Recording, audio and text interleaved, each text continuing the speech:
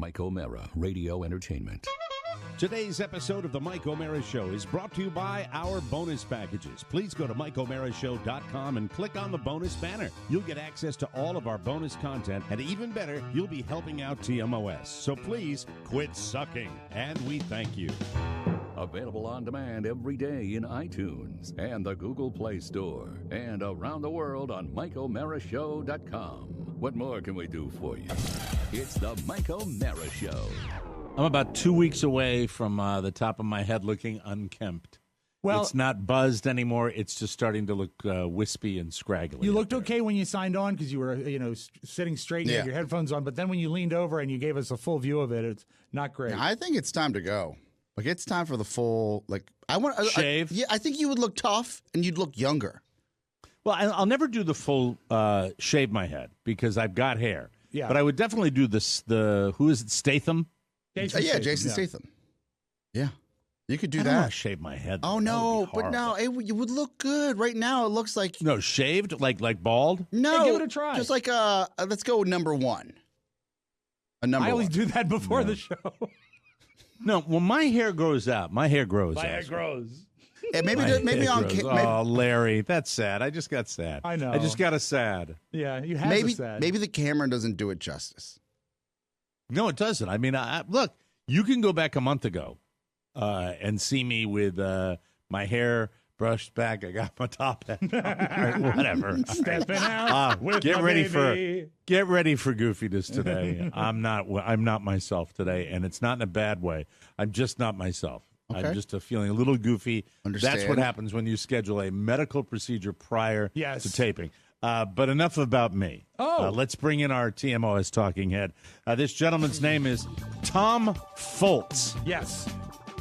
Rob, is it your thing, the ad lad? Have you now forced yourself to give a name to everybody, and it's going to become one of your OCC things where you have to give everybody, Well, I'll stop. The Gannigal and the da-da-da. I'll stop. It's like, I thought it might, it's a hook.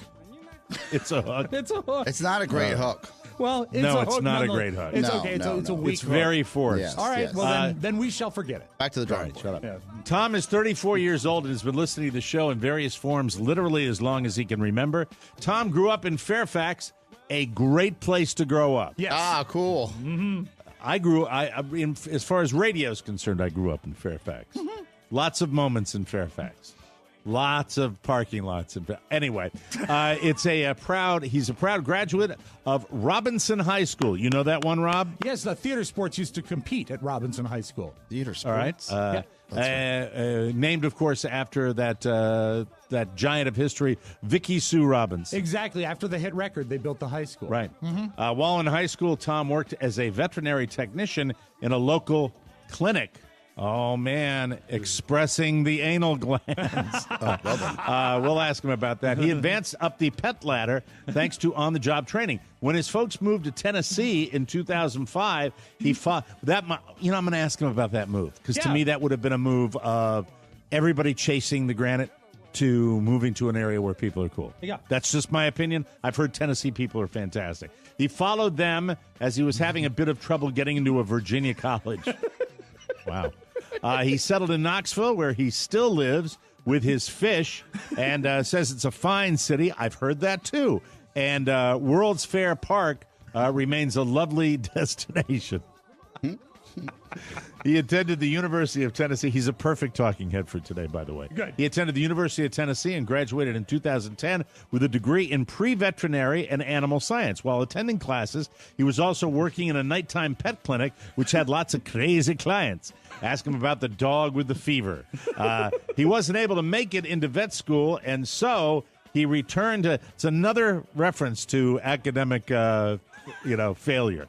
In his bio. Just bad decisions, I think, more. He returned to the University of Tennessee and graduated again in 2016 with a BFA in graphic design. That's a left turn. Cool. Yeah. He currently works from home, and his specialty is motion graphics. Facebook ads are his bread and butter, and he is an expert on them. Oh, fantastic. Yes! I might have put that in the show prep today. Your targeted ads, yeah. You know what the latest... Well, we'll talk about it. Yeah. I'm sorry. I've got... Stay organized. Stay linear. Well, they ran out of I'm Prevagen. talking to myself. Right. His favorite thing about TMOS, is the chemistry of the three principles. Oh, I don't know. that's sweet. And that we keep him company during the pandemic. His father is also a listener, was an original fruitcake winner. He is dating Janine. Oh, my God, I have a Janine. Oh, you do? I have a Janine in my history. Wow. Who he met a week before lockdown. And his favorite thing about TMOS is, he mentioned that, the chemistry. He likes, that's the one I wanted to read. He still likes to draw for pleasure. That sounds dirty. Yes. That's his passion. That just sounds dirty. Pay me like your French girls. What do you do? I draw for pleasure. Isn't that horrible? That wonderful word in the English language, pleasure. Yes. People like me Gross. have just turned into something sordid. Well, that's when you use that voice, I think, is most of it. But computer art is where it's at. Let's welcome Tom Foltz, ladies and gentlemen. There he is. Tom. And Tom Thank you Foltz very much. right over here. Hi, Tom. How are you? I'm great. How are you, Mike? I'm doing fantastically. I'm really, really happy. I had an MRI. I'll tell you all about that later on. You'll be gone when I talk about that. Tom, so the move that I'm curious about from Fairfax to Tennessee, I have heard that when people move from Florida to Tennessee, they are struck by the kindness and friendliness of the population there. What say you, sir? They're friendly until the door closes. Oh, caddy. Really? A caddy, Oh, a caddy it's- bunch. Don't get me wrong. Tennesseans are great. It's Right? They're genuine when they want to hear about your day and Right. how you're doing. But Right. the moment that they're in their closer knit group, Yes. do you Right. know, you know that he does that? Like it's Okay. Wow. Yeah, I get that because that's how people would judge. Especially, I knew a guy that had a vacation place up around the Knoxville area, or no, it was Gatlinburg. Oh, okay. And Okay. he talked about friendly, and that would be somebody who only has that perspective as far as the superficial kindness of people. By the way, we had that down here. Because really, like back in 2002, when I first came down here, I thought people were nice. Anyway, it's great to have you on the show.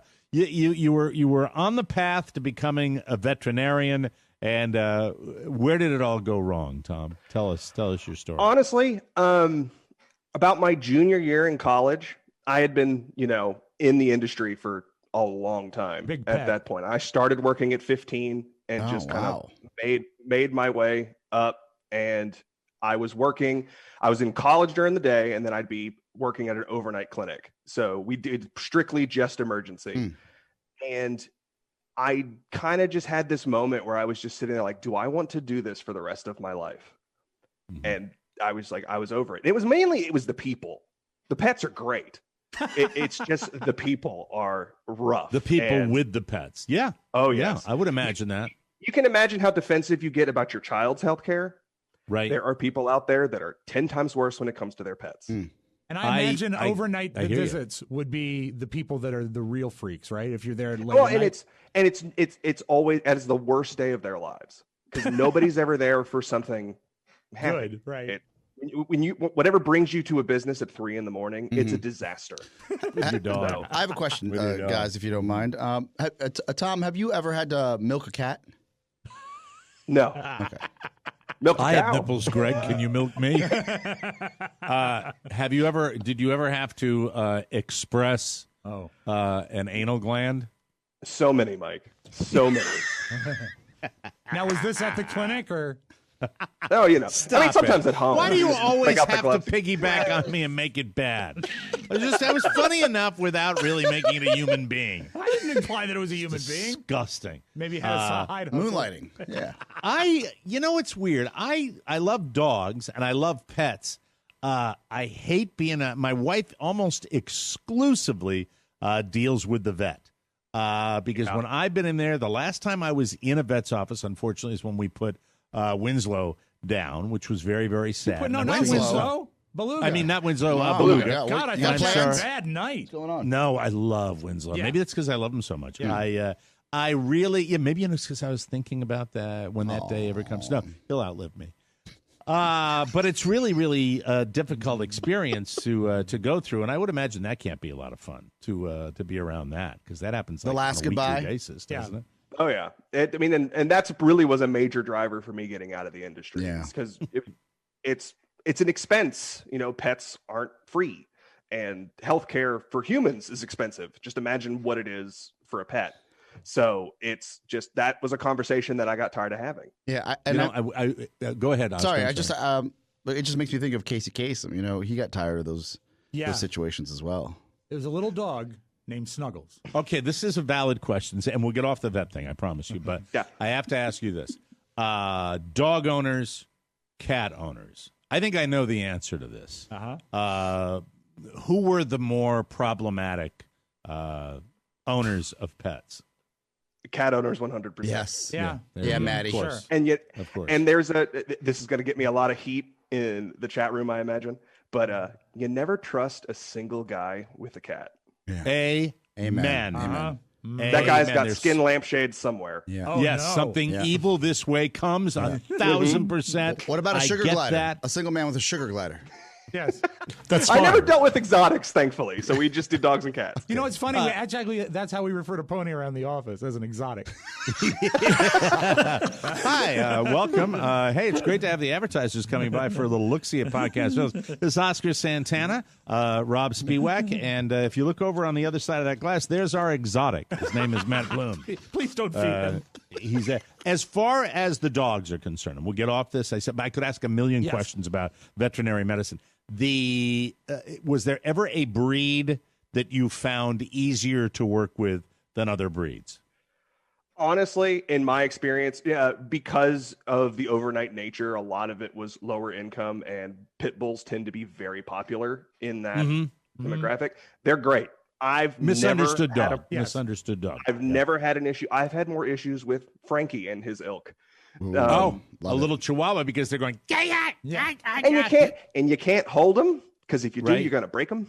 So exactly. Yeah, I get it. And as far as the sound, I think I know this too, because we had one. A pug probably makes the most horrible sound ever when they're being treated or anything like that. Yeah, it's not a bark, it's not a growl. No.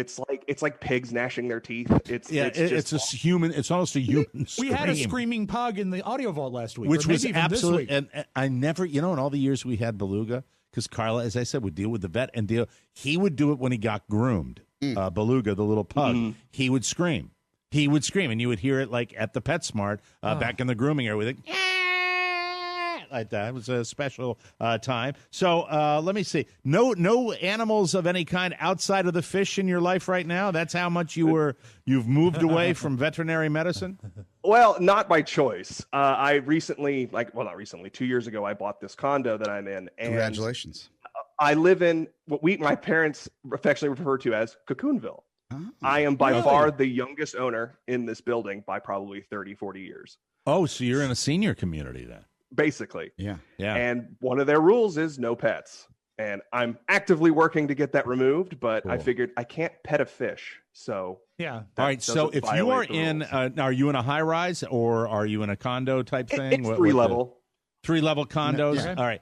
So I would imagine if you're in that community and there's a no pet rule, that would speak to the type of owners you have that are kind of like that. Are there any lovable seniors that you have? I have a very lovely neighbor. She every time we meet is the first time we meet. So okay. Oh, God bless her. But she's so very sweet. That's like Rob. She makes breakfast every Sunday and always says, "You want to come over?" So she's very nice. That's very, very cool. Now, did your dad? Something. What's no, what Rob? Anything sexual with Rob? No, just come on over for breakfast and maybe brunch. You are a disturbed man. Sexually, you are disturbed. And let's get to your dad. Please. Your dad turned you on to the show originally? Because yes. You're young enough where that would have happened. Oh, my brother and I sitting in the car with him while we're driving somewhere, and I remember hearing, I'm like, do they actually have Regis on the show? Like, I was convinced that he was there, and it just kind of grew from there. Somebody put on social media last week something along the lines of, another impression that Mike did of somebody that died. I was 25 doing impressions of people that died. Yep. All right, people died. That's the reality. Don't put that on me. I will do modern impressions as well, okay? Or I will do throwback. It depends on how they sound, okay? The fact that, yes, I've been doing this for a long time would be why when I do Larry King, and he was a big part of it, and I did Regis, there will be someone else that will come along, all right? So lick it. I mean that with the most enthusiasm there. Tom, so you have, I have to tell you that there is a Janine in my life. My Uncle Bill Sheehan, who would almost choke to death at every family meal because of the whole Irish Catholic thing. He was divorced and never remarried, but he had himself a filly. And her name was Janine, and she was Canadian. And I think what they had in common was Janine enjoyed to, drink the hooch just about as much as he did. She could keep up? Yeah, my cousins, God bless my cousins. My 3 male cousins could tell stories about Uncle Bill Sheehan and Janine that would make you laugh your ass off. And it was like, but he would, choke to death, but her name was Janine. So how are you and Janine doing? Very well, actually. We were very lucky that we met online on one of those dating apps. Okay. And we had our first in-person date 1 week before Knoxville went on lockdown. Oh, wow. Wow. Wow. So we were really fortunate that we got that in like right under the wire. And then we just we did the Zoom thing, the shared Netflix broadcast capabilities that they implemented. Like we just kind of stayed connected throughout the bulk of it. And then finally we were both like, you're home alone. I'm home alone. Let's hang out. Yeah, that's cool. And it's grown from there. She's met the parents. I've met her parents. Oh, very good. Yeah, That's good. Because it's that. Well, you're 34. No rush, right, Oscar? Oh, no tremendous rush Sir, here. I'm 42. I could have waited, but I love my wife. I could have waited. Yeah. Oscar's planning to have a father his first child when he's 51. Yeah. Just like Mike. That's what the game I call it plan the Mike is. O'Mara plan. I married at 25. Exactly. I never looked back. You married at 25, and really, how many total years of marriage are we talking about? Well, it would be 96. So this will be my 25th. Wow. In October. And what percentage would be blissful wedded Happy. bliss? Oh, it's really hard to I don't know if you remember mathematics, Mike, but if you have a fraction, We're not going to press you. Okay, and the denominator is Thanks for zero, the answer. It's I an appreciate that. unnatural That's number. Wonderful. That's right. That's good. Hi, Carrie. How are you? All right. So She now can't you hear are. She's asleep. Your specialty is motion graphics, and you specialize in Facebook ads. That's your bread and butter. I will tell you, I do not know. The latest for me is a device that inflates the tires on your car. I have no. Are they getting this from when I talk on the radio, when I do this show? Is that because I can think of no other way they'd be getting this? But you do these ads all the time, and I believe that they are beginning to take over my life. And I mean that from the bottom of my heart. My Facebook page now, I'm not looking at, to see what, who Dirk Vastrick is preaching to. I'm basically right now reading different Facebook ads. And you said that's your bread and butter? That's what you're doing right now? Absolutely. My 100% of my job is pure social media marketing. Cool. That's all we do for my client. Oscar. And it's the future of advertising. And You have to pay him. No one does it for free. I know. You don't like spending money. I know. But I mean, sometimes you have to. What if we bought him a fish? Let's send him a fruitcake. So tell me everything you know about Facebook advertising. So We have a everything's big listening. presence there. And that is the truth. Every device you have is listening. Now, they're not necessarily pulling exact conversation line by line, but it's listening for keywords. And anytime you visit a website and look at a page, it's all being fed into Facebook's data bank, essentially, with oversimplifying it quite a bit. But that's essentially what's happening. And you might not have specifically looked for this car tire inflation device, but somebody who looks like you on data has. And so Facebook has the ability to go, I want to target people that look like my existing customers. And when you say look like, not the physical description, Correct. but their profile on social Your media. demographics. With the demographics, what they search for. That would be why this week I also got the second ass washer. That they were trying to sell me after I already bought one. If they went on physical resemblance, you would be buying all the same things as Brian Dennehy. He's dead. I know, the late Brian Dennehy. He's deceased. No longer on Next social thing media. you're going to say is Vince.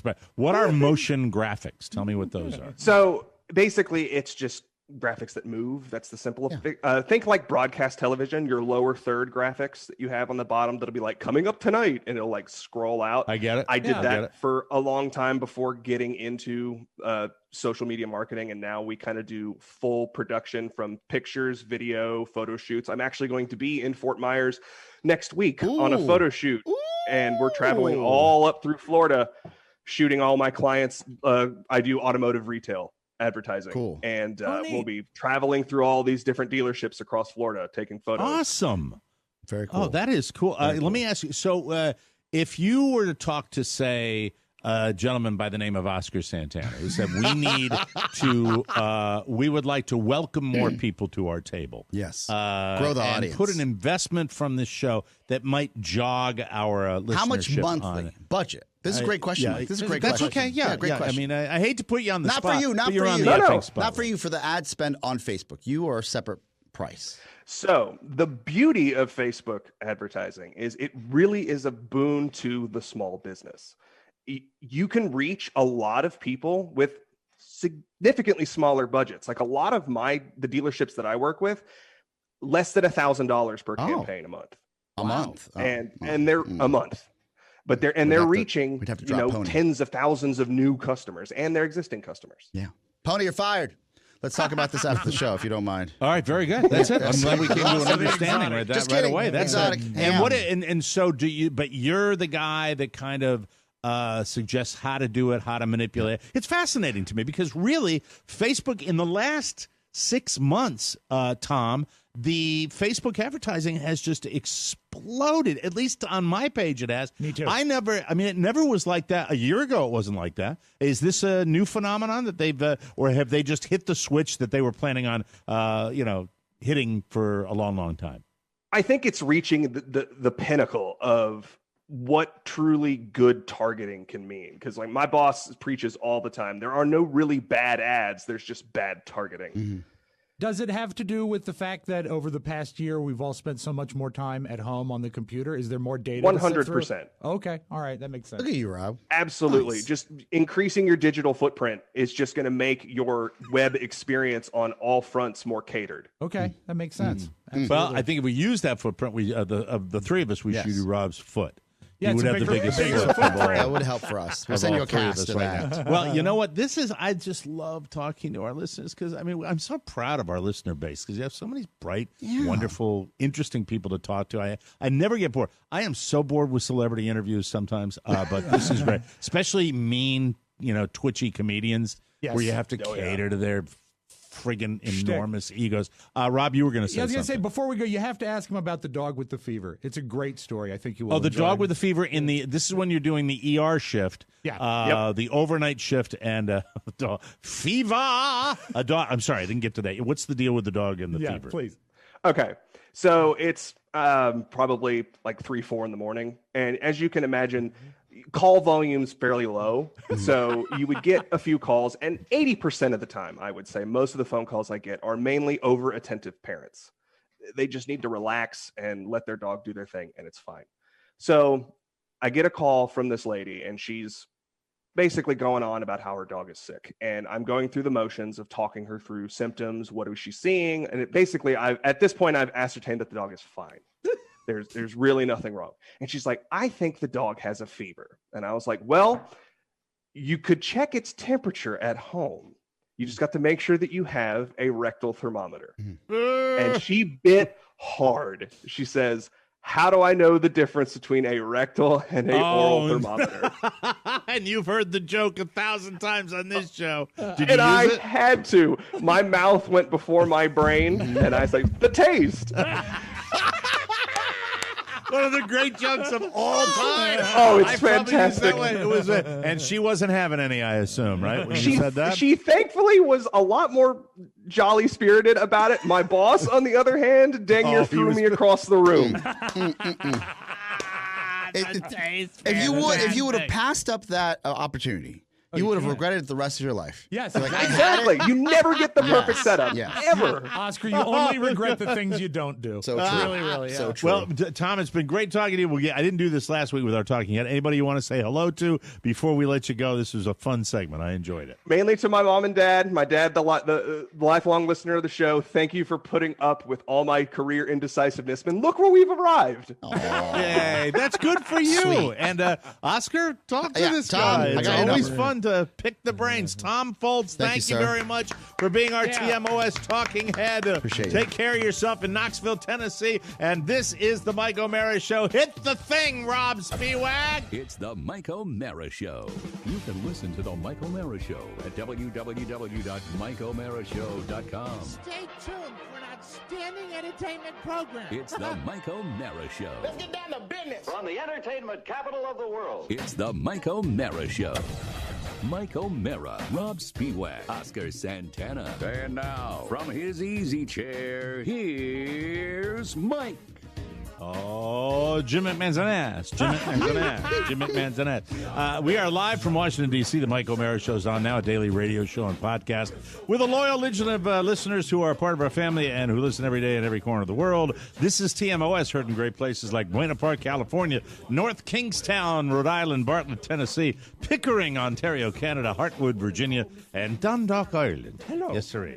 You listened earlier in the week, you would have found out that I found out my ancestry was not Limerick County, it was County Tipperary. I did a deep dive last evening, reading all about it. My ancestors, one of them was a chief of the clan there in way back when in the dark. You actually inspired me, Mike, to do some research. My ancestry goes back to County Dundalk in Baltimore. Oh, yeah, Dundalk. And right Hello. next to hello, welcome to County Dundalk. And it's right next to County Pikesville. County. I think from now on, let's just put county in front of every location. It makes it more classic. County Loudon. Yes. How are things in County Loudon? Oh, things are well in County Loudon, and the chief said everything is well in County Loudon. Hey, Oscar, everything fine in County Montgomery? County McBum. Sorry, County Mc. Whoa, Whoa. no. Isolate that. Jesus. Okay, there we go. The show today brought to you by Solo Stove. Human beings didn't invent fire. We just figured out how to tame it. Solo Stove has tamed it even further. You can have a roaring fire in your backyard, and you won't be inundated with that pesky smoke because Solo Stove has it figured out. We all have them. Yes. They're fantastic. They feature stainless steel construction designed to regulate airflow and burn more efficiently. And there's very little smoke, but a beautiful, beautiful fire. Throw your wood in there, and you're not going to smell like a campfire for 3 days afterwards, especially if you're somebody like most of us on the show who shower once or twice a week. That's right. Mm-hmm. Solo Stove is perfect for any size occasion, and they even sell grills, pots, and other accessories. How about a hot dog? Huh? Al fresco. That was the read I was hoping for, Mike. Easy to light, totally portable. I want a hamburger, and I want a Spalding. You'll get nothing and like it. Plus, let me see. Go smokeless. I'm sorry. Easy to light, totally portable, and Solo Stove gives a lifetime warranty with every purchase. You can't beat that. Sorry, I was doing the improv. I just go off on a tangent. I understand. All I understand. I don't think the heavy stuff's going to come in for a while yet, Bishop. Go smokeless with Solo Stove and get 25% off your order through February at solostove.com, plus an additional $10 off when you use promo code MIKE at checkout. That code is MIKE, not the usual code. Mike is your code. Right. All right? Oscar and I still haven't had that meeting about it. Yes. It's going to be a great meeting. I want to know what's going on. He's keeping it from me. No, that's solostove.com for 25% off your order, plus an additional $10 when you use the promo code MIKE. Yes. And we thank you. Yes, Rob Spiewak. I only get to play the song once a year, so I'd like to tell a brief story, if I may, about the song "The Super Bowl Shuffle." A history lesson. A history It was the lesson. Bears song. Yeah, it was from 1985, I think, when they were in the Super Bowl. 85. And about 10 years ago, or it was more than that because it was in the terrestrial days, the Bears were in the Super Bowl again. And there was a massive email that went out to all CBS employees that said, "Do not play Super Bowl Shuffle from YouTube. We will get fined because we don't own it." And that's fine. And we played it. And I got a very tense email from Ms. Linda Feldman, who said, I thought I told you you can't. I said, "Ms. Feldman, I own the record." and I was able to show her the 45, so we were allowed to play it because I am such a hoarder that I still have a 45 of the Super Bowl Shuffle by the Chicago Bears Shuffling Crew. The NFL, no doubt, has a history. Of course. Of just being, like so many monopolies in America, of being bullies. Yes. And they don't care how small you are. They've got little minions that get really, really excited if they find out that somebody's doing it. And it is complete and total BS. It is. It's just, I mean, it is without question the most overhyped league in American sports. You got to protect your IP, though, Mike. It's important. You got to make sure that, you know. No, you don't. Nah, doesn't really matter. Nothing's going to diminish you make the that profits investment, they're you got to make make sure you protect it. What was the movie? Was it Concussion? There's Oscar standing up for the little guy. Loves the little guy. Was the movie called Concussion? Yes. About the, yes. That amazingly went away in like 70 hours. It just evaporated. No, there was happened? no follow-up on the protocol as recently as Patrick Mahomes getting dinged. Right. Or was it Baker Mayfield? I forgot which quarterback. It was Baker Mahomes. Mayfield. He got was dinged. it Mahomes? He got It was dinged. Mahomes. Yeah. In playoffs, It was Mahomes. Yeah. And you know, and they just kind of looked the other way. And I heard he guys shook are it off. still, Yeah. That's it. And you still have you heard anything recently about tracing these guys that have played in the league seeing what after the effects? hanky I haven't part heard about anything recently about that study, and we're talking about the concussion fallout and the protocol. They have made some strides as far as how you can tackle. You can't lead with your head.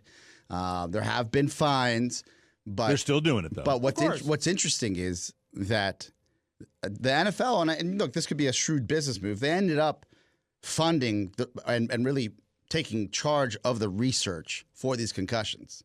Taking charge or controlling? You call it funding. Yeah, of course. Where now they've endowed that research. So I'm sure that there is some sort of a conflict of interest. But like so many people in the NFL, that research is very well endowed. That's Peter's joke. Mike, he made a penis joke. I wanted to We've been in locker rooms. 61 on We know. If you want to talk about how shrewd the NFL is, this is a fact that I caught as an afterthought in an article I was reading this morning. In Tampa, Florida, it's in Dateline, Tampa, Florida. What's the only thing you've heard about people attending the Super Bowl? It's going to be frontline workers, right? Mm-hmm. The vaccinated frontline workers, those are going to be the people that are not the only people, but it's a huge They've got like a group block of of tickets. Yeah. That's what you hear about, though. That's all the NFL's talking about. Yeah. Turns out there are 7,500 vaccinated frontline workers that are going to be at a game. And then Gronk brought some in, too. Yeah, right? but they're letting 22,000 people into the stadium. Total? Yes. And that's, you know what? They're not mentioning that. You don't hear that. You hear about the nurses. Do they have to wear masks? Yes, there is a mask requirement. But, you know. Are they going to be socially distanced? They're going to do every effort to socially Maybe distance. they're like little pods, little groups And they're of going people, to have families. areas It's hard to socially distance 22,000 people. Mm-hmm. Even in a stadium that big, it's hard to do. But, of course, you're in the right state. Oh. You're in the right state. Don't worry about any interference from government leaders. There will be none. Who Not gets in the this pirate state. ship? Don't worry. Here's a couple, Mike. I have a couple quotes I'd like to read to you. Kim Catalone is 51, and she was interviewed while watching a Tampa Bay Lightning hockey game at the Pint and Brew. And her quote is, "Thank God it's in Tampa. Thank you, Governor Ron DeSantis, for having Florida open to tourism and allowing such a wonderful experience to happen." And I was incorrect yesterday, Mike. They're still doing the NFL fan experience. They're still doing all that stuff around the stadium, but people are wearing masks, but still gathering. So it's a good thing. Well, yeah, and it's a scary time, and I look at it as the finish line. You know, we're at the, we're about to cross the finish line here, and I'd hate, but it's going to happen. People are going to get sick. It's the last mile. Case of it. Ever Hopefully, diligent. The mayor of Tampa, Florida, Mike, is Jane Castor, and she doesn't want to hear any super spreader talk. Her quote is, "We'll make the best of it."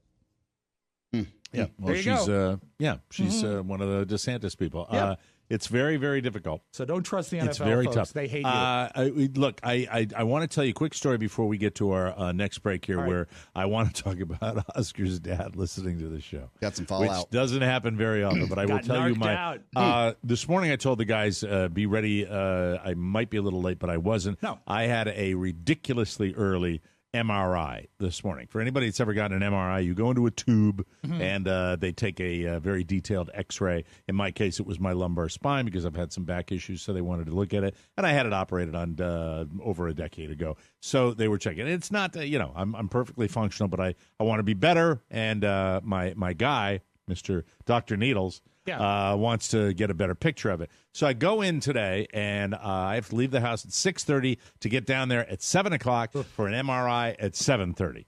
And I go down there, and the room is completely dark.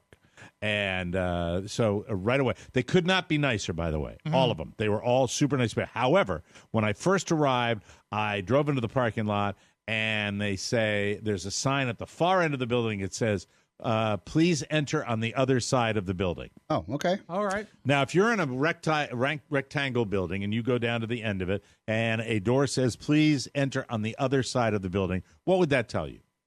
It's so vague. There's no way. You It would walk tell around you to the to other go side. on the You walk- other you side walk of the around to building. the other side of the building. Right. Yeah. But To the it's other still- side of the it's- building. it's So I badly go, I written. take my car, I drive it around to the other side of the building, and I see dumpsters, and I see cars pulling in that appear to be employees. And I said, by the way, the door said go to the other side of the building. I said, yeah, it's just on the far end of that building. I said, I don't want to be a dick. No. But, I said, that's not the other side of the building. Yeah. That's the other side of this wall. Well, You actually, that would understand? be the best way to do that sign would have been an arrow.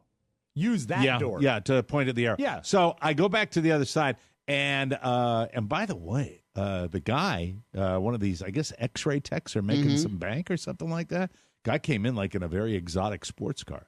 I don't know whether he owns the joint or what, Wow. but yeah. He was coming in. He had a little Maserati action. A Maserati. Wow. Flipping Maserati, and he looked like he was carrying his lunch. I love it. Out of his Maserati, unless doing his dad's car or Maybe he something. owns the but- place and he works there as an X-ray tech. You Who should have knows? told him, Mike, you're welcome, man, because I paid for that car. Just something I noticed. So I go back to the other side, and I don't know. I still don't know where I'm going in because I look, and the area that says that's the door apparently is dark. And I get out of the car, I start walking over. Suddenly the door opens, and it's the lady with the clipboard and the iPad and the little shoot to make your temperature. Right. And she puts a little sign out that's got all the protocols. Meanwhile, while you're having 22,000 people up at the Super Bowl, she's pulling this. That's what they're doing. The medical professionals are doing down here. Yes. Asses. And then I go and say, okay, you can go inside now. And it's dark. And I see over behind the counter this lady just working at a computer screen. I get it. They're keeping the lights off because they just don't want people coming in yet or Right. knocking on the door or anything Right. like that. Exactly. And they know that if they do that, so whatever. But she turned the lights on rapidly. She was very nice.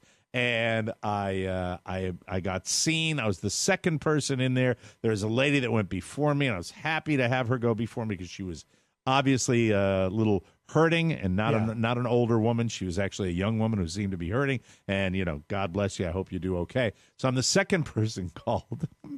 And a very nice lady takes me to the little changing area where you have to get into scrubs. Right. And I loved it because they gave me fat man scrubs and I fit into everything. I was really, really happy.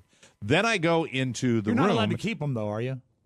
No, and I wouldn't want to. They were a little It'd be shabby. nice for the show today. Yeah, I know. Well, I could have walked in with those on, but actually the top. It's a female term. The top was quite lovely. Blousy. So I go in and they say, "Okay, this is an older machine, and it's probably going to be a bit of a squeeze for you." I said, "Well, I've lost weight, but it wouldn't be the first time I've been in these things." And they put like little pads on either side of me, I guess, to lubricate me going into this tube. And I said, well, I've had these before. Do you want me to put my hands over my head? Yeah. That's normal. No, that would be worse. And so they start this thing, and it's like, they slide me in, and it ain't going. It ain't working on any. And I mean, I'm thinking that if you put Sting in this thing, it would be tight. Okay. I mean, why did I pull Sting? I have no idea why I pulled him with this type of thing. It's just, if you put Marilyn Manson in this thing, it might be a little tight. So she says, listen, change of plan. I said, I didn't know we're going to go to another machine. She said, yeah, and this one is a more modern machine, and not only is it bigger for you, but you won't be in the tube. Your head will be outside of the tube. I said, well, that's good too. I'm not totally claustrophobic, but I'm fine with but it's almost like a barrel, like a wine barrel. It's horrible, really. If you are even slightly claustrophobic, you'll wig out in an MRI tube. You will wig out in it. The bigger machine, was it from the Thornton Mellon Company? We have miles and miles of MRI machines. Are you fat?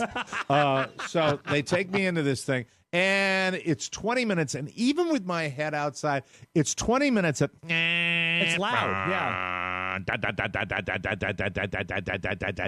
And it's a little... Look, if you're not experienced in them, they can be stress-inducing. Sure. So... my advice to people would be just know what you're doing and try to relax and, pop a Xanax if you're going down there, if you have them. Yeah, and you can ask ahead of time. Ask ahead of time. Yeah. Be like, hey, what's your limit here? So the last thing I do, they finish it up. And the people are so super nice. Medical frontline workers, loved them. Everybody, every single person in this office was kind and nice and respectful, and not just to me, but to people that needed it more. Right. Because when you go in to get an MRI in a lot of circumstances, it's not you're scared, something's going on medically, and you need people like that. And so at the end, I'm getting off the table, and I'm talking to the guy. I said, so how long have you been doing this? He said, 3 years. I said, I do this for everybody. I do it from all the way from exterminators to people like what you do. What's the worst experience you ever had with a patient? And normally he goes, it's been all right. And you move on. He gets a little twinkle in his eye, and I know something good's coming. Awesome. And he said, well, there was one time, and he smiles, and I'm like, what? He said, when he was in the MRI tube, somebody had diarrhea. And I said, well, I've had GI MRIs where you have to keep something up there to be able to shoot the intestinal tract. He said, no, this was one just like yours. I said, oh, my God, somebody decided to, And so, he tells me this, and I'm like, oh, my God, I can't wait to tell that on the show. And then the other lady who had switched me to the other machine, I said, hey, and I realized that I misstepped, which I'm doing a lot lately, just making jokes at inappropriate times. I said, well, that was great. And the guy told me somebody was in that tube one time and had diarrhea. And I get the dead eyes. I'm like, have a nice day. Bye. Bye-bye. See you later. So that was it. That was my morning. It was he was trying to have a moment with you, and you ratted him out. Yeah, I know. Yeah, I probably. She's like, you should never talk about other patients. There were no names.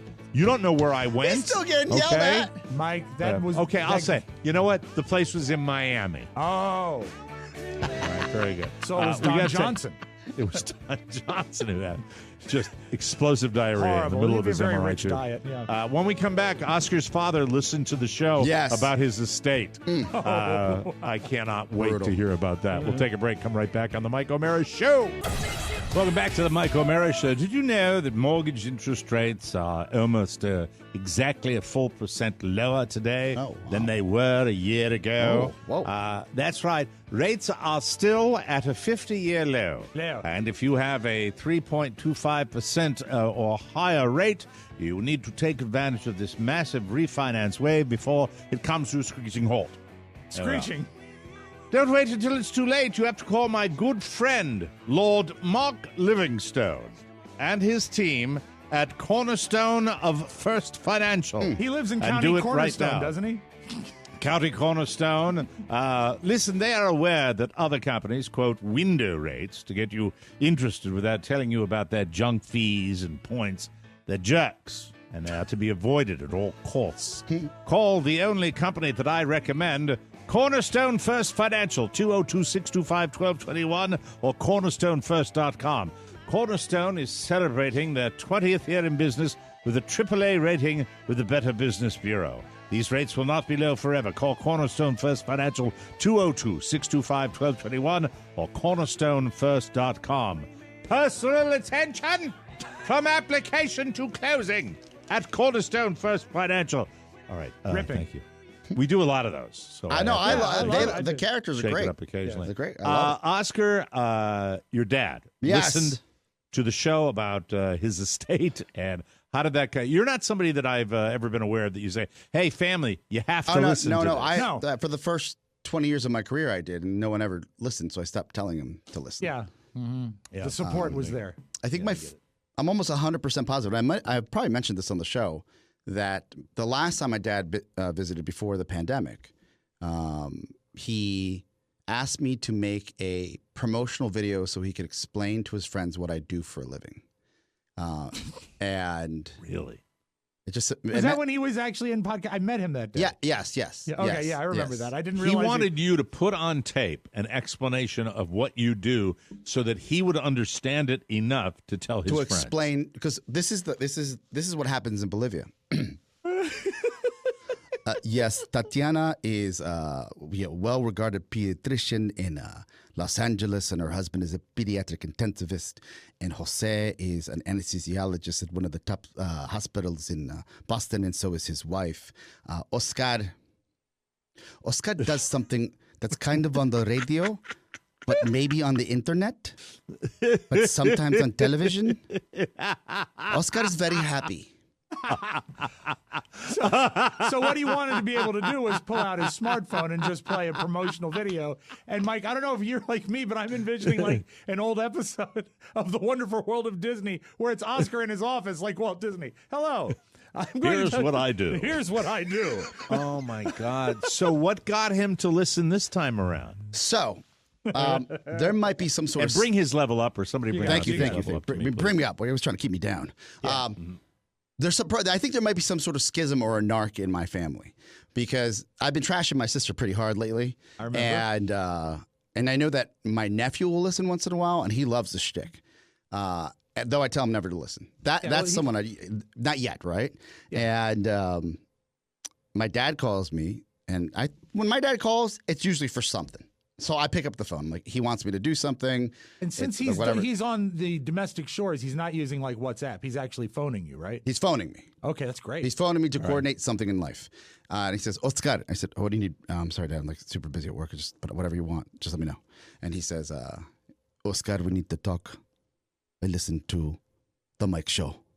The Mike Show. And then The Mike Show. Yay. And I said, I'm almost done here. Like, can you give me 30 minutes and I'll give you a call? So I give him a call.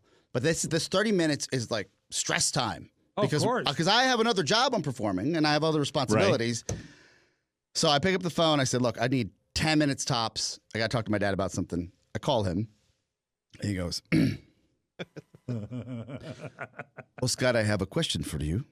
And I said, yes, Pops. And he goes, am I your payaso?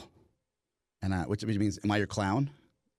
Am I your clown, right, in Spanish? No. Because I would think because I'm doing shtick, right? That's not a show that you would want any of them to really listen. You were doing a lot of family shtick, like there are plenty of shows I've done where I don't want the people that I'm talking about to listen. And we get so. By the way, I don't care if anybody knows this. You want to scare the three of us? Just to, make sure somebody hears it that we don't think is going to hear it. Right. You think we're brave? No, we're just counting people not hearing it. We're playing the odds. Playing the odds. We're like living in the shadows. And am I your clown? Yeah. Oh, my God. And it sounds worse in Spanish. Yeah, payaso. I'm like, no, papi. Like, what do you mean? He goes, there is a segment on the Mike Show where you talked about me dying in the list you gave me. And I said, yeah, Dad, that was like 2 days ago. Just shtick. He goes, cash shtick. I was like, it's just because what's cash shtick? Shtick? What is shtick? Yeah. What is shtick? I said, just mess around. Like I like you seem like you kind of understood that I was kind of joking. You seemed a little upset, and I didn't want to address that in real life, so I do it on the show. And he says, let me tell you something. Your brother's being pushy about this estate thing. Oh, my God. And it's because that's what he got out of it. You said that, though. I did say that. He goes, yeah. He goes, tell him to back off. And then he hung up the phone. That was it. Wow. And you know what I did? It's not unlike the to movie be continued. Goodfellas. Do you think this might mean the family meeting is kind of off? I called my brother and I said, hey, man, I just got the mob call. Dad, listen to the show. You should listen to it, get some context. I don't have much time, but you might want to call him and say, hey, on your timeline, we'll be okay. We'll find out. To be continued. Wow. That's freaking awesome. Oh, my God.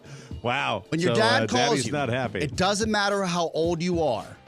They can dress you down and make you feel like you're 15 again in like a nanosecond. What's that word, Bolivian word for, or Spanish word, I should say, for clown? Payaso. Payaso, like pagliacci. Yeah, I bet you're right. Isn't it rich? Isn't it descending the payasos? We got to take a break. We'll come back with more right here on the Mike O'Mara Show. Some good news coming up. We're happy to share it with you. We'll be right back, everybody.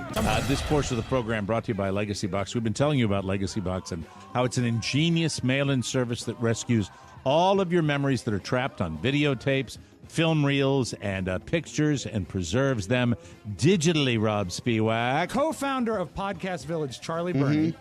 He has twins that are about to turn 21. And he recently got a Legacy Box and sent off 2 old varieties of home videos he couldn't play anymore. One was 8mm, other was like some sort of micro cassette. And he, for the first time in 15, 16 years, saw video of his kids at Disney World and playing in the yard and at their birthday parties with his dad. So cool. He is so out of his mind excited with the result. You can't really estimate the time machine experience of seeing stuff that is captured like that, and Legacy Box made it happen for him. So, Charlie, that's awesome. It's really great. You pack, you send. Their team digitizes everything. You get back digital copies on a thumb drive, DVDs, or the cloud. They even send you updates at every step of the process, which I love. Yes. Legacy Box is something you can order in minutes and enjoy forever. Get started preserving your past today. Go to legacybox.com/TMOS and get an incredible 40% off your first order. Buy today to take advantage of this exclusive offer, and then send it in when you are ready. Go to legacybox.com/TMOS and save 40% while supplies last. We have good news, as I said before the break there, that Jimmy's is back open, ladies and gentlemen. Our good friend Jimmy Cerrito, and thanks to his attorney, Mark Decio, the prickly pear, as I like to call Mark. Does he have that? Does he have that on his business card?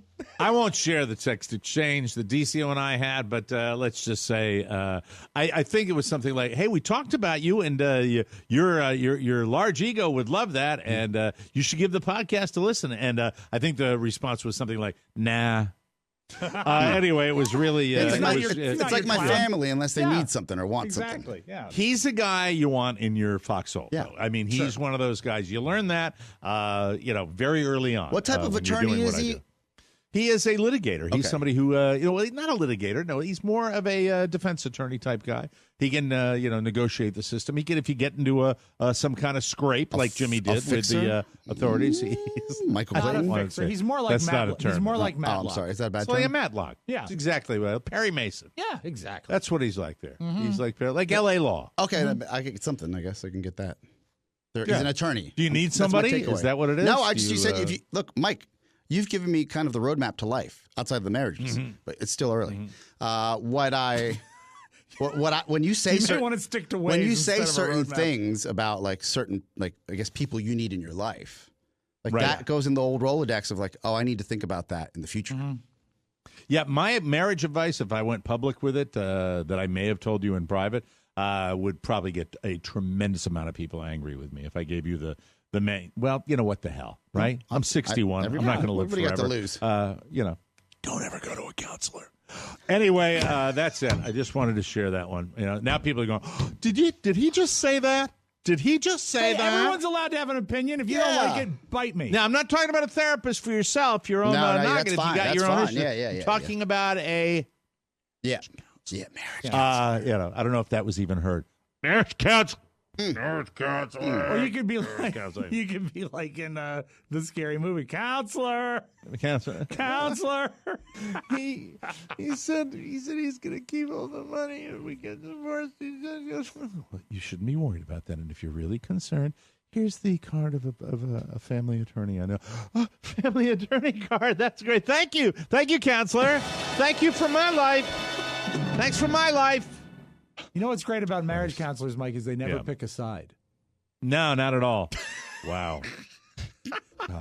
Okay, stop. I have to turn that off. I'm going down that bunny trail right now. Counselor! It's Counselor. Oscar, we have, oh, man, I don't know what.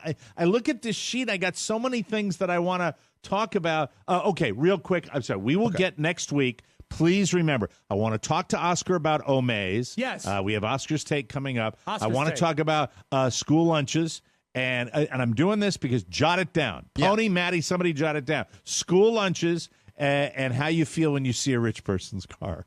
I like that. Well, I think it might speak to the kind of human being you are. Quickly, horror story. Last week, go to Dunkin' Donuts.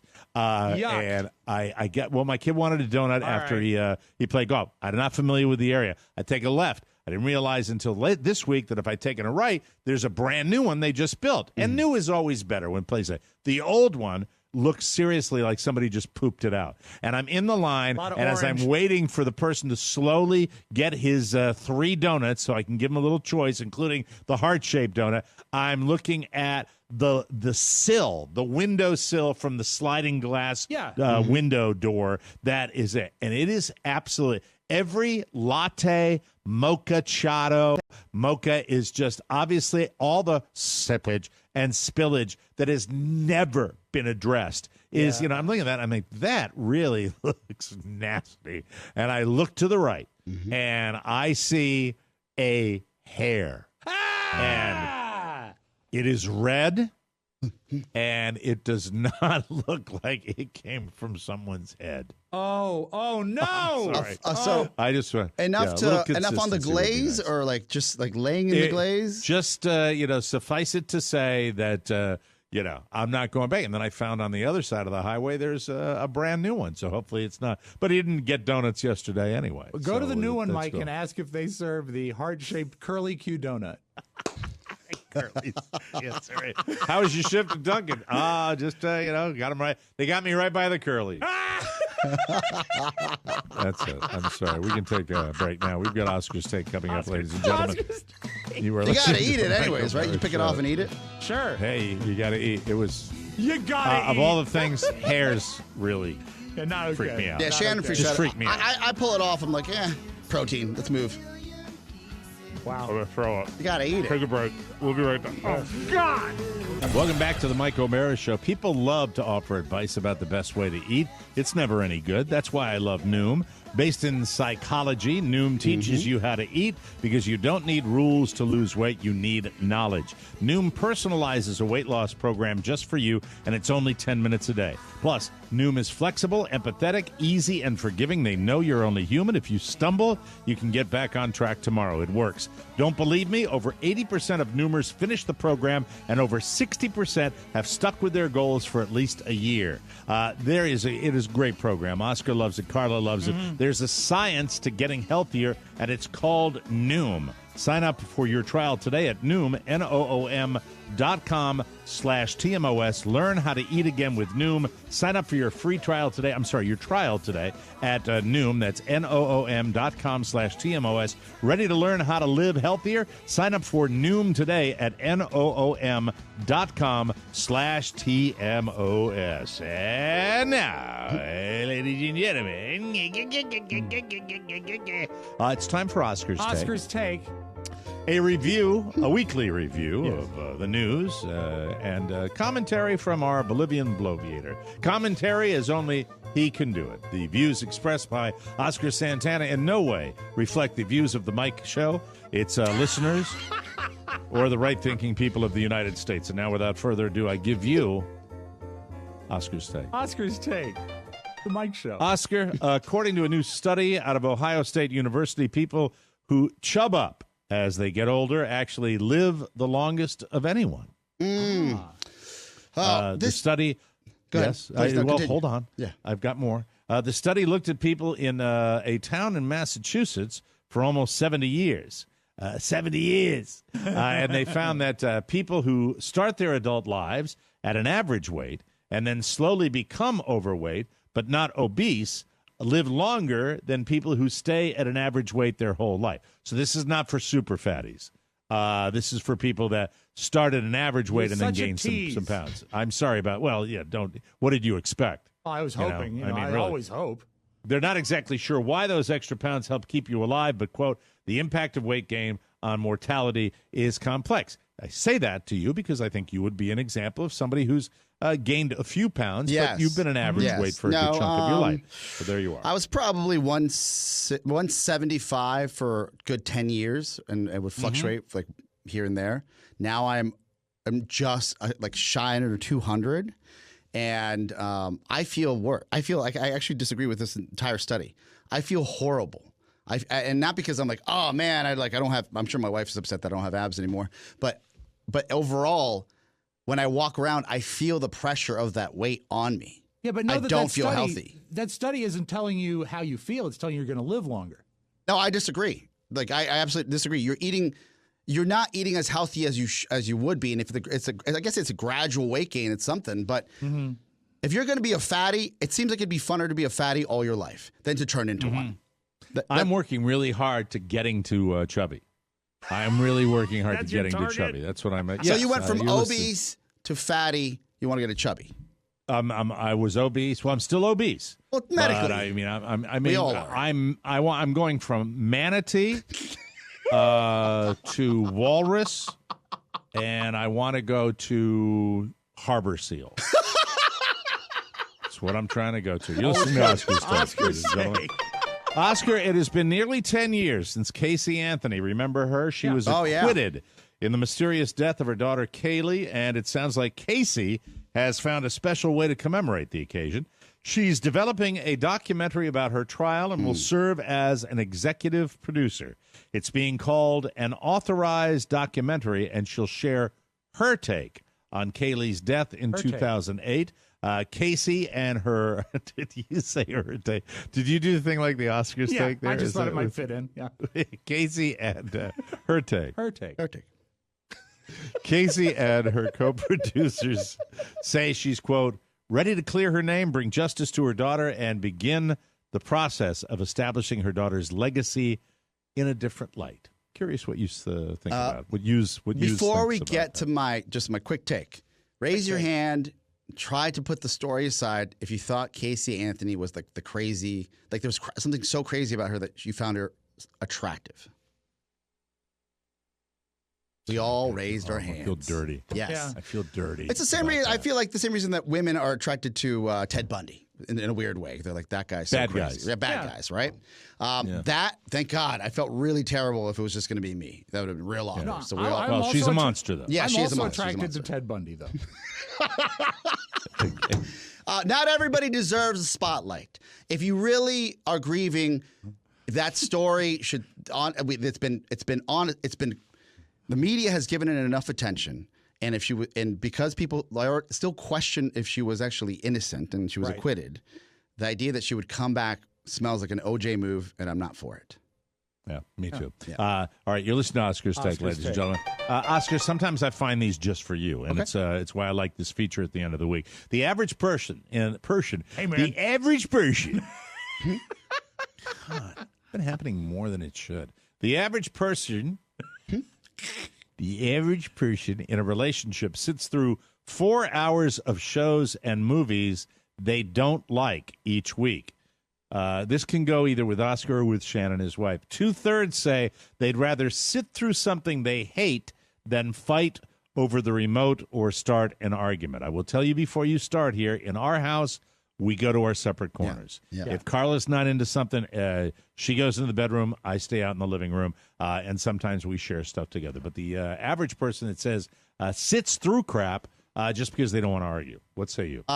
Mike, I've reached that point in my marriage where there isn't even a conversation. As soon as Pretty Little Liars comes on, I go downstairs.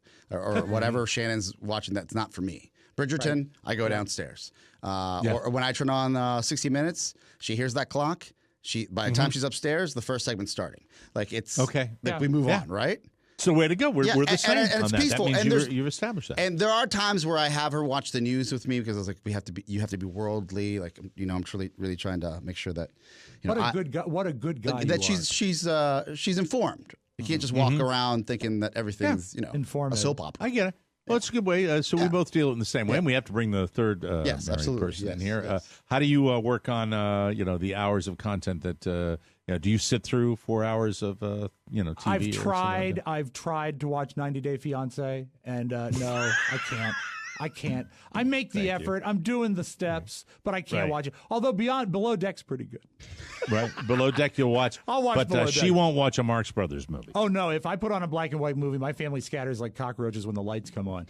Okay, good. You're listening to Oscar's Take, ladies and This gentlemen. is Oscar's Take. Oscar, you probably went to some birthday parties at McDonald's when you were a kid, and they'd have a cake at those parties with Ronald McDonald on it. And I'm guessing you haven't thought about that cake since that moment. Well, time to think about it again, because right now, internet detectives everywhere are trying to answer the question, does McDonald's secretly sell full-size cakes? Oh, wow. This all started with one of your favorite websites, TikTok. Somebody named Kaylee Weeks posted a video showing the sheet cake she bought at a McDonald's in Omaha, Nebraska for $9. It's a chocolate cake with white frosting and a red Ronald McDonald decoration. So now people are debating whether every McDonald's is secretly selling cakes or if it's just a rare exception. How does one feel about that? I figure you might know. My take from this is that if you had some sort of birthday party at some restaurant, you're lucky and you were privileged, because when I would ask for that as a kid, my dad and mom would buy McDonald's and then bring it to the house, and then they would say, play with your toys and eat your fries. And we would never have the opportunity to go to the actual restaurant with our friends. They'd come over, and then they'd buy McDonald's. It wasn't a dine-in experience. No. So you never had a cake with a payacho on it? No, payaso, no. And then Payaso. one more rung. Ronaldo Payaso. One more rung. If you wanted to go to Chuck E. Cheese, and my mom would ask what was so special about it, and I said, well, tienen esos dibujos animados. They have these cartoon characters. And then my mom would say, you can watch cartoons and have your friends over here be just like Chuck E. Cheese. But she didn't understand that like there was like a mouse and everything. She goes, if you want a mouse, I can buy you a mouse and put an aquarium, and then your friends are over. Chuck E. Cheese is expensive. So we never got the Chuck E. Cheese. They would try to take what I wanted, and then they would home make it in the basement of our little townhouse. It was like I had a sad childhood. It was tough.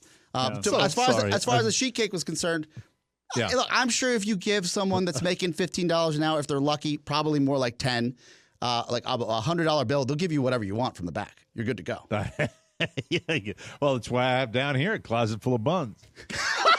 You're listening to Oscar's Take, ladies and gentlemen. Finally, Oscar, Selma Hayek is producing a series for HBO Max about talking boobs. Hey! I'm just the messenger here. It's called A Boob's Life, and it's based on a book of the same name by Leslie Lur. It's a comedy about, quote, a woman turning 40 and in crisis whose life gets turned upside down when her boobs start talking to her, forcing her to look at herself in a completely different light. Salma says, quote, in A Boob's Life, we use breasts as a metaphor for the constant judgment women are submitted to, creating a collective sensation that no matter what we do, we are never enough. In this show, we give the breast a voice that takes us through the life of a woman from a unique perspective that often we don't dare to see. That's what the story is. I welcome your take on it. There's an angle on all of this. The angle, at least through my lens, is all the free drinks I bought boobs. And let me tell you, pre-pandemic, that could have bought some sort of Hyundai if I add it all up. I'll get that girl with the nice boobs drinks as well. No worries. I got it. Right on the credit card. Right. High interest. All those days. And the movie's rated double D. Am I right, ladies? There you go. Use them. Sure use them, ladies. They're powerful. They're powerful. Yeah. Well, I mean, if you're going to have somebody making a documentary about boobs, I think you pick the right actress. Hell yeah. As far as I'm concerned. Who needs to see her in a Frida Kahlo biopic? I'll watch that. Yeah. I don't want to see that unibrow again. Anyway, sorry about that. Send your letters to us. We got to take a break. We'll come back with the audio vault. Last one of the week with Rob Spewak right here on the Mike O'Mara Show. Welcome back to the Mike O'Mara Show. Tonight on Hell's Kitchen, Chef Mike tries to whip up some hollandaise, but his sauce breaks. Chef Rob loses a Band-Aid while mixing a meatloaf and serves it anyway. Oh, dear. Chef Matty is arrested for stealing cheese from the Hell's Kitchen set. Chef Pony shits on the beef Wellington. Pony. He says it was an accident, but was it? And Chef Oscar serves the King of Siam chicken nuggets and a Red Bull. Chef Ramsay is so mad he calls everyone a donkey and makes them shovel manure. Ha ha ha! Classic Gordon. Clearly, the show sucks and you need something better. May I recommend the TMOS bonus show? Extra TMOS every week for just pennies a day. It's got to be better than undercooked scallops. Undercooked scallops, it's terrible. Need 2 Wellington, 3 Wellington. Hang up your jacket and use your passport to the passport. Go to MikeOMarisShow.com today and grab the bonus show. Extra TMOS laughs, commercial-free, and you're supporting your favorite podcast. The TMOS bonus show. This comedy is raw. It's raw! God's sake. Open the door. The vault door. Now get us some sounds. Funny, tick your tummy sounds. Mike, do you know that trending on Google is the search for superb owl? I don't know if it's because people are misspelling it or they're finally cottoning to the joke that Brad and I wrote 10 years ago. So just know that. I feel like I was on the forefront of that. Speaking of the big game, you don't want to like Tom Brady, but he's made a couple good moves lately, and I think it was very smart that last night on the Kimmel Show, he read mean tweets about himself. And I do like this bit. So here's Tom There's Brady. nobody I could think of better to read his mean tweets than Tom Brady. It was a pretty good call. Tom Brady seems like the kind of man who doesn't know how to use a wrench. It's kind of true. Can we be real for a moment? Is there really anyone you'd rather see dropped in a vat of rendered bacon fat than Tom Brady? Tom Brady, you suck booty. You ugly. You suck. You throw like a fat lady with a flabby arm and a little girl butt face. Hashtag Tom Brady. Hashtag suck. I hope this loss depresses you so bad that you hardly have sex with your supermodel wife in your giant mansion. I don't know. I think it's a good thing. He could maybe start reinventing himself so he's not the most hated man in sports. Look, you know what it is? It's called getting older. It's getting older. He gets it. Old rockers and older football players or athletes have they get older. They mature a little bit, and they figure out that you don't have to be an a-hole all the time. But the documentary still, Tom versus Time, like the one on Facebook, like Tom's winning. He's beating Time. Tom is winning. Oh, he's yeah, won. I mean, He's you already can't won. argue with that. Yeah. Yeah. And I'm thinking, I got to modify. I've been telling a lot of people I think it might be a blowout, but I'm thinking it might be a great game.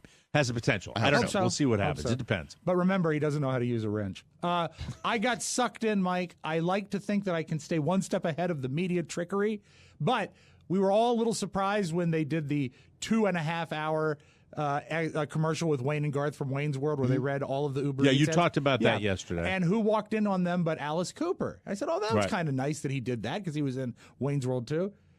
Yesterday, Alice Cooper dropped his new record. So that's why Okay. he did it. All right. He's I get 73 years old yesterday, and the new song is called Social Debris. I sure ain't hip.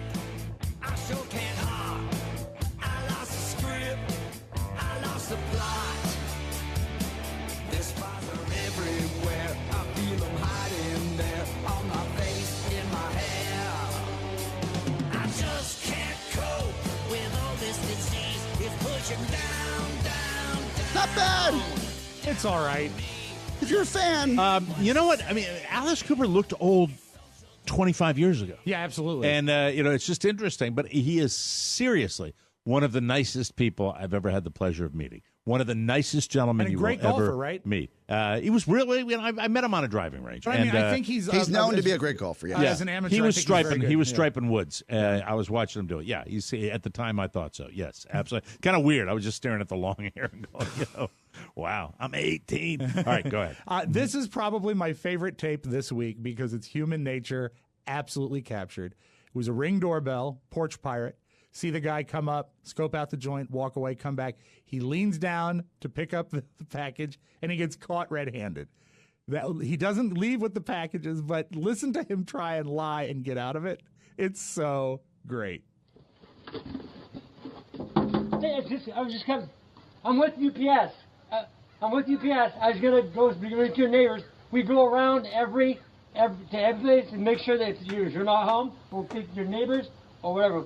I'm an auditor for UPS. Swear to God, even if it's look it up, Michael Hansen. Okay, I'm sorry. And then he turns and runs. Hey, God. Oh, my God.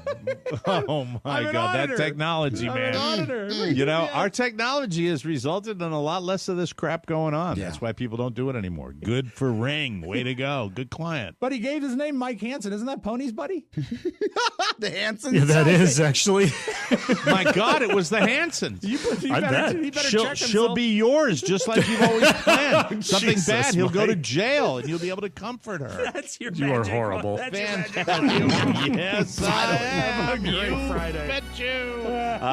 It's a clanker. Anyway, we got to get out of here. Thanks so very much, everybody. Wait till you hear the bonus show this week. Anyway, that's it. We got to get out of here for Rob Spiewak and Thank Oscar you, Tom Santana. Foltz. Tom Foltz. Knoxville, Tennessee, the Ad Lad. I'm not doing that anymore. Get some carry out from Jimmy's this weekend. Yes. Yeah, please do. Help out Jimmy's, and really, they dodged one there, and thank God for that. We got to go. Have a great weekend, everybody. For Rob and Oscar, Mike O'Mara saying so long, everybody. Bye-bye. Ciao, ciao.